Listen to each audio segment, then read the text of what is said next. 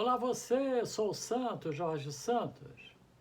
Meus amigos, é com grande satisfação que dou início a mais uma área de conhecimento aqui no Promoqual Vida. Trata-se da gestão, da segurança e da saúde, para a qual será criada uma playlist específica. Esta área de conhecimento será abrangente ao estudo de processos, procedimentos e boas práticas visando a garantia da segurança e da saúde no trabalho e a eliminação ou mitigação de incidentes e acidentes e a prevenção de doenças ocupacionais. Ao longo da minha jornada, tive a oportunidade de atuar intensamente nessa área, tanto como professor, como consultor de gestão e também como auditor. A minha formação como engenheiro de segurança e a participação em muitos projetos em segmentos diferentes, segmentos produtivos diferentes, me deram o embasamento necessário, o qual eu pretendo compartilhar com vocês. Nessa videoaula, vamos abordar contextualizando a segurança como uma disciplina indispensável à integridade e à qualidade da nossa vida no trabalho, independentemente da função e do segmento em que atuamos. Vamos juntos, então, descobrir, estudar e refletir sobre a segurança e a saúde em nossas vidas?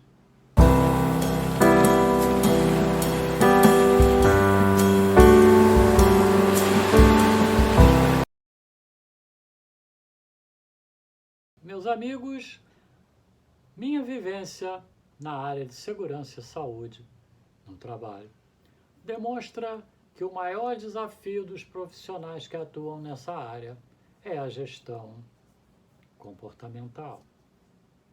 Os líderes da equipe não priorizam a segurança no trabalho, não porque achem que isso não é importante, mas sim porque para eles a produtividade não pode ser impactada por nada. Seus objetivos e metas estão todos voltados para o resultado, envolvendo a qualidade, a rapidez na produção, a redução de custos e o aumento de lucros nas atividades produtivas.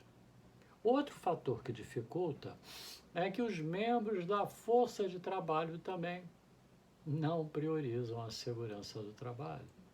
Também não porque achem que não é importante, mas sim porque sabem que a manutenção de seus empregos e o desenvolvimento da sua carreira dependem da dimensão da sua produção, maior produtividade e também da sua participação na geração de lucros do negócio em que estão envolvidos. O terceiro fator é que tanto líderes como os membros da força de trabalho acreditam que as coisas ruins, do tipo incidentes e acidentes, somente acontecem com os outros e nunca consigo mesmo. Via de regra, o ser humano tem medo de algo, mas sempre também acha que acontecerá com os outros e não com ele.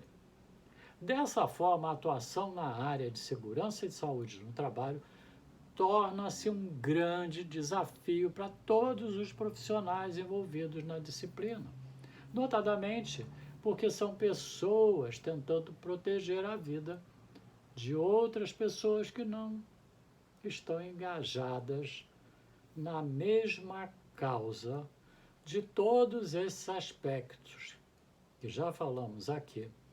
Um fator fundamental deve ser levado em consideração, trata-se do comportamento, que mais à frente iremos abordar. A segurança e a saúde no trabalho é abrangente a toda a força de trabalho nos aspectos relacionados às atividades produtivas e não produtivas, incluindo deslocamentos, instalações, manutenção, transporte, operação, controle, comercialização, administração, etc. De forma geral, a segurança no trabalho visa a manutenção da integridade da força de trabalho e a qualidade de vida no ambiente de trabalho.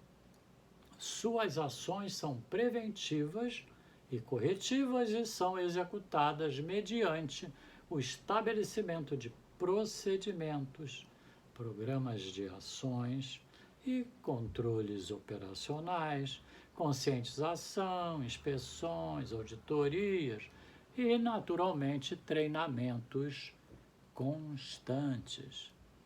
Para que a empresa haja preventivamente, é necessário se antecipar aos incidentes ou acidentes, adotando para tal análises preliminares de risco do processo executivo e a definição de procedimentos, boas práticas executivas e de prevenção de incidentes e acidentes, uso de EPI, uso de EPC.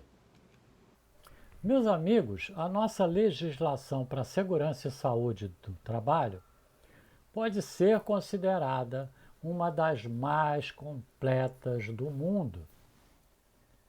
A CLT foi criada há 82 anos atrás pelo então presidente Getúlio Vargas, num dia 1º de maio, e deu a partida para a legislação da segurança e saúde no trabalho, que vem sendo atualizada e ampliada até os nossos dias. No texto inicial da CLT, foi introduzido o capítulo 5, Higiene e Segurança do Trabalho, que era composto por 3 seções, uma seção de assuntos gerais, a seção 2, denominada de higiene do trabalho, que era composta por 40 artigos. E a seção 3, segurança do trabalho, que era composta por 30 artigos. Em 1977, foi realizada uma grande alteração na CLT, e seu título 2, capítulo 5 da Segurança e da Medicina de Trabalho. As NRs foram criadas, editadas a partir de 1978. Elas são permanentemente revisadas e atualizadas por um grupo de trabalho tripartite, que é constituído por representantes do governo, dos empregados e também dos empregadores. As NRs têm por objetivo estabelecer a padronização dos métodos e regras para garantir que o ambiente de trabalho seja seguro e saudável, protegendo assim a segurança e a saúde dos trabalhadores. Além das NRs, há também normas emitidas pela ABNT, que são citadas nas NRs e assim deixam de ser consensuais e passam a ser compulsórias. Atualmente estão em vigor 38 NRs, estando desativadas ou revogadas as NRs 2 e NR 27 dessas 38. As NRs são atualizadas e suas revisões anteriores obsoletas ficam disponibilizados no site oficial do MTE, cujo link apresento na descrição desse vídeo. Em termos legais, inicialmente, a empresa, qualquer empresa, precisa determinar a sua atividade principal, consultando o CNAE. Em seguida, considerando a classificação que obteve no CNAE, deve ser verificado no anexo 1 da NR4 o grau de risco da empresa. Com o grau de risco da empresa e a quantidade de empregados que ela tem, a empresa deve consultar agora o anexo 2 da mesma NR4 e extrair a quantidade e a qualificação compulsória dos membros da sua área de SST, denominada pela NR4 como o SESMIT. Os membros do SESMIT serão os encarregados por elaborar, planejar e ampliar as medidas e controles de SST para que seja garantida a integridade física e a saúde dos empregados. Além disso, o SESMIT tem como responsabilidade elaborar relatórios compulsórios específicos de cada NR aplicada. São exigências das NRs. Os profissionais integrantes do SESMIT podem ser engenheiros de segurança, técnicos de segurança do trabalho, auxiliar técnico de enfermagem do trabalho, enfermeiro do trabalho e médico do trabalho. A constituição do SESMIT deve ser registrada pela empresa, por cada empresa, no sistema eletrônico disponibilizado no portal GovBR. Meus amigos, muitas empresas, além de estabelecerem o SESMIT, que é obrigatório, implantam também uma área de gestão de SST. De forma geral, essas áreas de gestão atendem às exigências específicas de alguns clientes, como, por exemplo, Petrobras, Vale do Rio Doce, dentre outros. Atendem também a modelos de conformidade, como a norma ABNT, NBR, ISO 45001, que está na versão 2024. Essa norma é acreditada pelo Inmetro.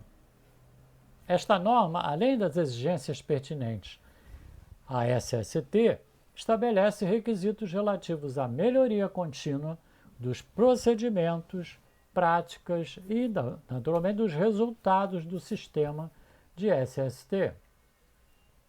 Tive a oportunidade de atuar como consultor para a implantação de sistema de gestão de SSO com base na NBR ISO 45001 em várias empresas e também de atuar como auditor líder para a ABNT nos processos de certificação dos mesmos sistemas. A NBR ISO 45001-2024 será objeto de uma videoaula específica a ser publicada pelo canal Promoqual Vida proximamente. Podem também, de forma voluntária, essas empresas, atender a modelos de conformidades específicos estabelecidos por entidades. Normalmente, essas entidades são representantes de classes e de segmentos, daquele segmento que aquela empresa atua. Trata-se de prêmios de reconhecimento pelas práticas e resultados de empresas em determinados segmentos, como, por exemplo, Prêmio Seconci São Paulo, abrangente a empresas de construção civil que atuam em obras de edificações e obras de arte e que é concedido pelo SECONSI, Serviço Social da Indústria da Construção. Prêmio Proteção Brasil de SST, concedido pela revista Proteção. Essa revista Proteção é especializada em SST. Prêmio Sintesp de SST, concedido pelo Sindicato dos Técnicos de Segurança do Trabalho do Estado de São Paulo. Neste segmento de prêmios, tive a oportunidade de participar durante muitos anos como juiz do SECONSI Rio, na concessão do prêmio Vitae Rio. Trata-se de um prêmio voluntário em que as empresas se inscrevem e são avaliadas a relação às suas práticas de SST.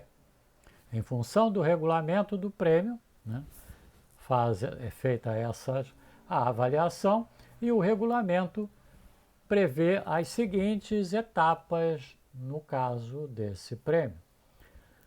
Relatório inicial emitido pela própria empresa interessada em participar do prêmio. Ela mesma elabora o relatório, atendendo lá os diversos requisitos do prêmio.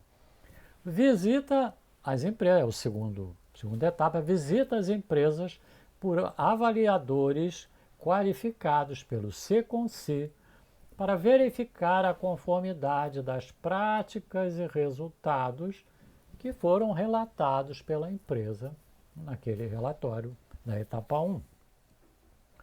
Terceira etapa, concessão do prêmio, deliberado por um conselho de juízes com base na análise de relatórios elaborados por esses auditores que foram as empresas. A empresa deve também atuar corretivamente em relação aos incidentes e acidentes ocorridos na sua área de trabalho. Assim, é muito importante conceituá-los. Incidente é uma ocorrência decorrente ou no decorrer de um trabalho que está sendo executado ou que já foi executado, que pode resultar lesões e problemas de saúde para o trabalhador. E os acidentes são ocorrências decorrentes ou no decorrer de um determinado trabalho que resulta em lesões, danos à saúde ou fatalidades. As empresas emitem o RNC, Relatórios de Não Conformidade, para efetuarem a gestão de SST. A ABNT-NBR ISO 45001 considera como não conformidades os acidentes ocorridos. Destaca também o registro de incidentes que tenham também ocorrido. A norma estabelece que a empresa deve promover a investigação do incidente e da não conformidade e estabelecer ações corretivas para tratar as mesmas de forma que não venham a se repetir. De forma geral, meus amigos, as empresas emitem somente um formulário e que denominam de relatório de não conformidade. E utilizam esse formulário para registrar tanto os incidentes quanto as não conformidades, que são acidentes, naturalmente identificando o que é um e o que é o outro. Para o tratamento das RNCs, são estabelecidas as ações corretivas. Então, para os acidentes, são estabelecidas ações imediatas, de forma a interromper as consequências das mesmas. Feito isso, segue-se a investigação do acidente, identificação da causa raiz que gerou aquele acidente e o estabelecimento da ação corretiva para evitar que o acidente se repita. Já para os incidentes, não é necessário o estabelecimento de ação imediata. É realizada, então, a investigação do acidente, identificação da causa raiz que gerou aquele incidente e o estabelecimento da ação corretiva para evitar que aquele incidente volte a se repetir. As ações corretivas devem atender à seguinte hierarquia de controle de SST. Primeiro, que uma ação corretiva precisa considerar a eliminação do perigo. Em segundo lugar, substituir os processos, operações, materiais ou equipamentos por outros menos perigosos. Terceiro, utilizar controles de engenharia e reorganização do trabalho. Tudo isso para diminuir os riscos, né? Quarto, utilizar controles administrativos, incluindo os treinamentos. E quinto e último, aí vem o que normalmente as pessoas consideram em primeiro lugar, que é utilizar equipamentos de proteção individual, os EPIs, e utilizar também os EPCs, equipamentos de proteção coletiva. O registro e o tratamento da não conformidade será objeto também de uma videoaula específica a ser publicada pelo Promocol Vida proximamente. Meus amigos, como vamos falar de comportamento, temos uma videoaula específica no Promocol Vida que eu recomendo para vocês assistirem.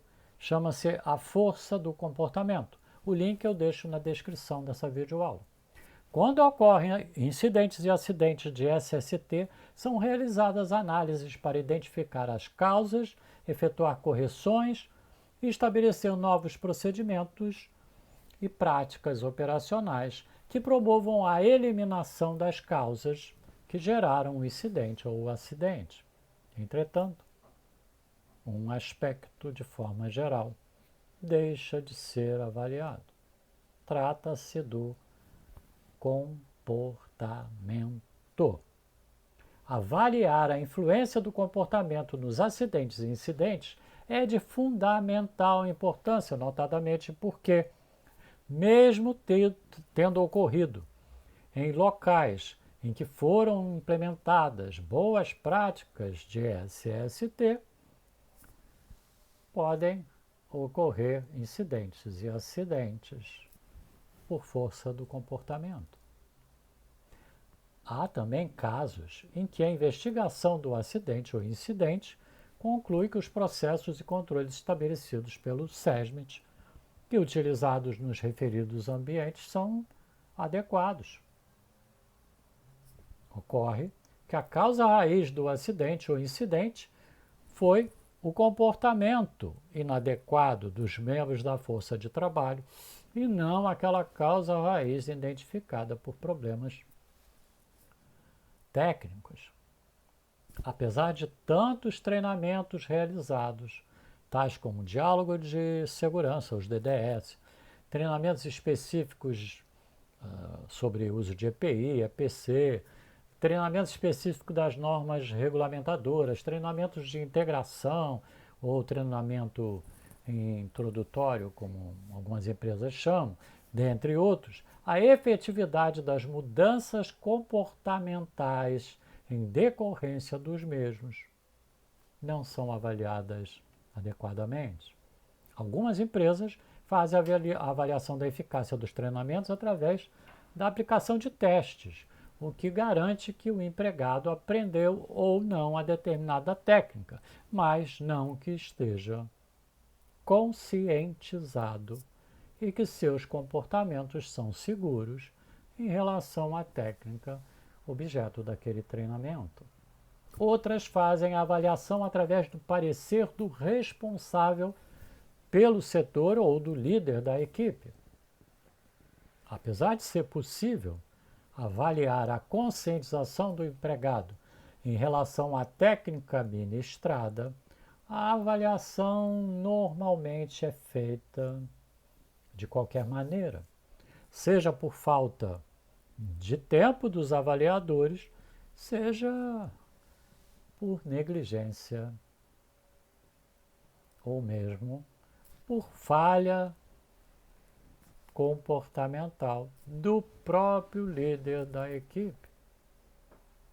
Isso acontece porque esses acreditam que acidentes ou incidentes não ocorrerão em seus setores.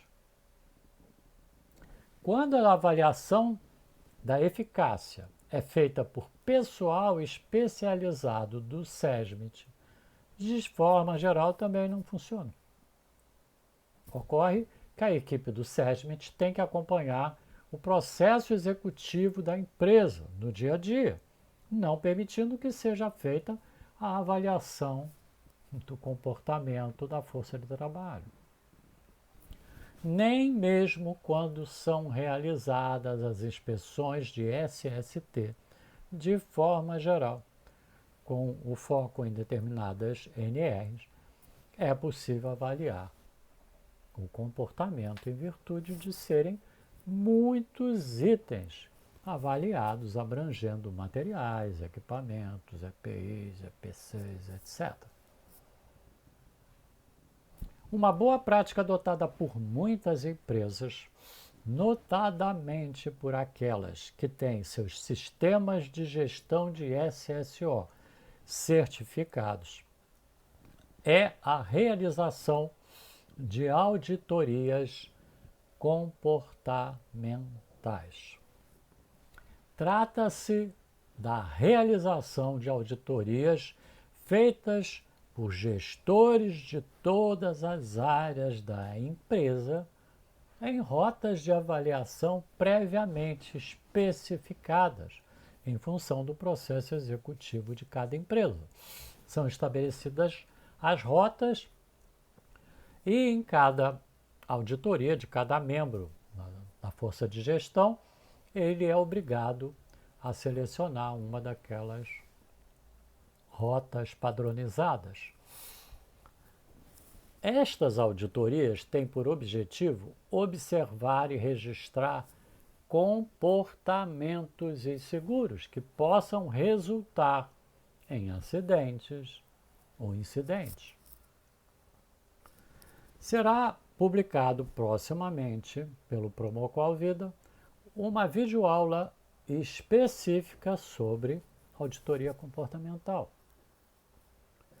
Resultados obtidos por empresas que utilizam a sistemática da auditoria comportamental na área de SST demonstram que o comportamento é sempre o fator preponderante na geração de incidentes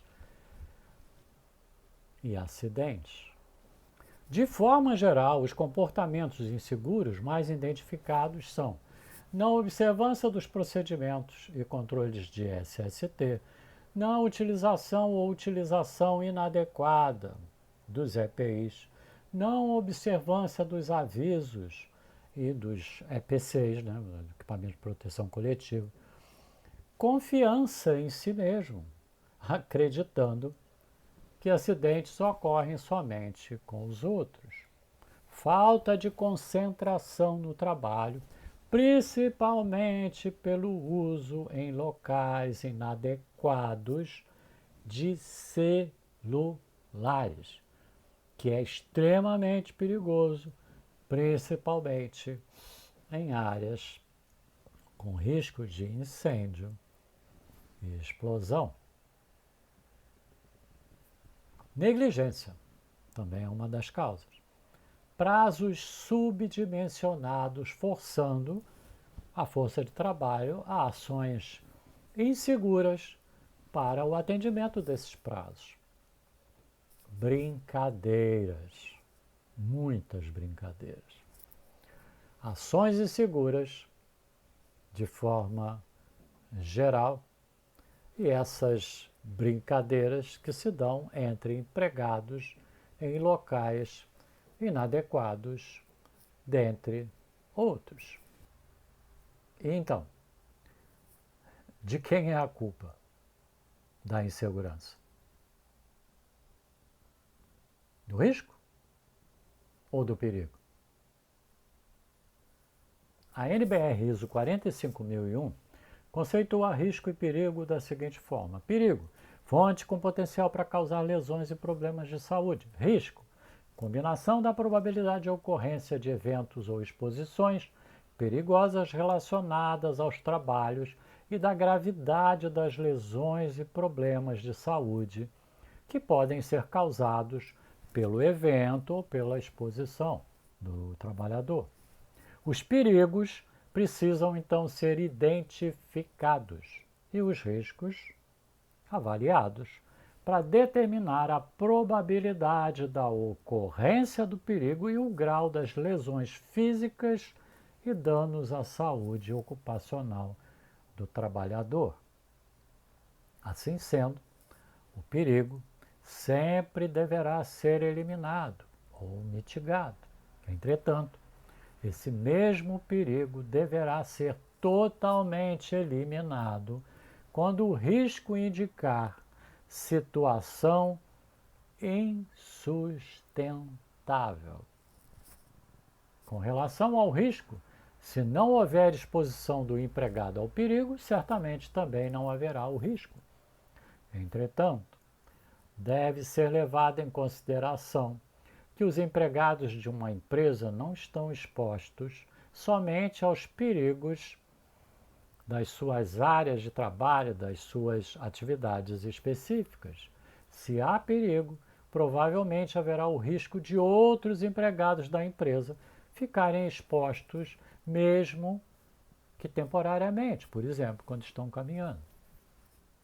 Os riscos são normalmente classificados nos seguintes tipos: físicos, químicos, biológicos, ergonômicos e de acidentes. Para avaliação dos riscos, as empresas normalmente estabelecem procedimentos para classificar os riscos. Não há uma escala padrão, mas de forma geral essas empresas utilizam a seguinte classificação. Riscos triviais. Não são requeridos controles adicionais além daqueles já recomendados nos procedimentos. Quer dizer, é feito a classificação do risco, se for trivial, esse é o controle que tem que ser feito. Riscos moderados. Devem ser feitos esforços para reduzir os riscos e as medidas de prevenção de riscos devem ser implementadas dentro de um período definido. E riscos substanciais. O trabalho não deve ser iniciado até que esse risco substancial tenha sido reduzido. Muito bem. Então, você concorda? Já sabe quem causa a insegurança? Se você ainda não viu, recomendo que você assista às videoaulas do Promoqual Vida. Processo produtivo, conceituação e evolução. Processo produtivo, como mapear, controlar e melhorar esse processo produtivo. O conhecimento do processo é fundamental para se avaliar os perigos existentes na execução das atividades de uma empresa.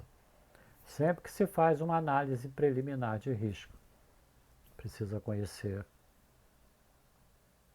detalhadamente o processo. Concluímos. Então, essa videoaula te ajudou?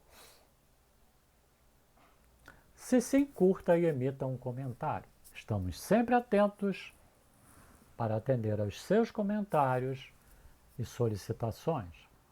Todas as semanas, novas videoaulas são publicadas no Promoqual Vida. Se inscreva no canal e acione o sininho para ficar ciente da nossa programação. Obrigado por você ter estado aqui. Grande abraço. Saúde.